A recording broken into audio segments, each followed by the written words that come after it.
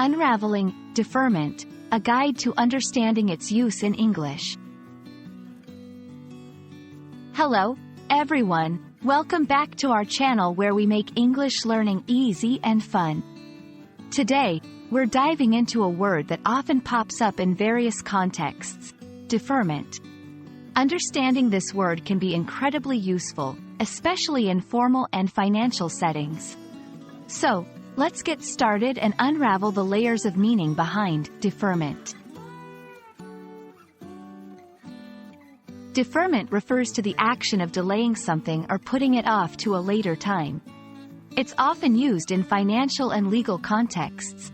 For example, in the context of loans or payments, a deferment is a temporary postponement of payments.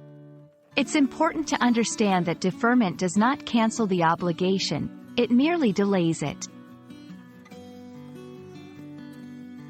To get a better grasp, let's look at some examples. 1. She applied for a loan deferment due to financial hardship. 2. The court granted a deferment of the hearing until new evidence could be reviewed. 3. His student loan deferment allowed him to focus on his studies without financial stress.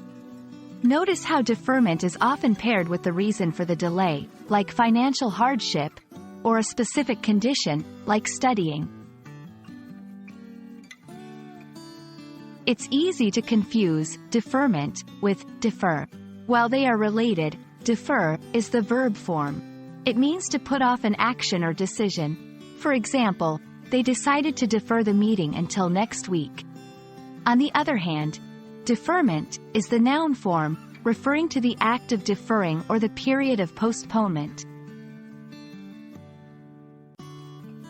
Deferment is a versatile word used across various fields. Education. She received a deferment from her university exams due to illness. Finance. The bank offered a 6-month mortgage deferment during the economic downturn. Legal. The judge granted a deferment of the trial due to a lack of evidence. Understanding the term deferment and its usage can greatly enhance your English proficiency, especially in formal and financial discussions. We hope this video has clarified the concept for you. If you have any questions or experiences with the word deferment you'd like to share, please drop a comment below. Don't forget to like, share, and subscribe for more insightful English language videos. Happy learning, and see you in the next video.